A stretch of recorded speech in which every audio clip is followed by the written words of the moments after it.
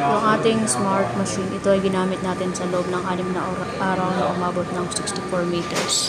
Ito po ang ating printer head. Head clean.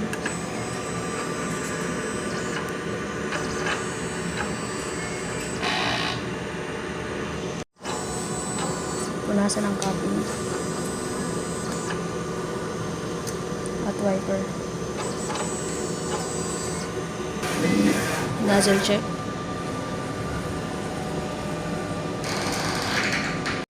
AVR.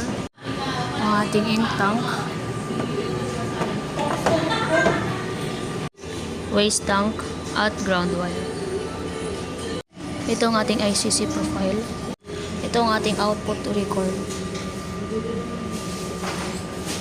Ito ang ating daily maintenance.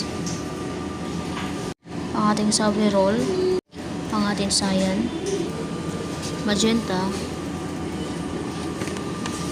Yellow. At black. Ito po ang ating Sublinova ink. Unused. Critical po tayo sa yellow. Wala pa pong napadalang ink. Galing Philips. At ito naman po ang unused.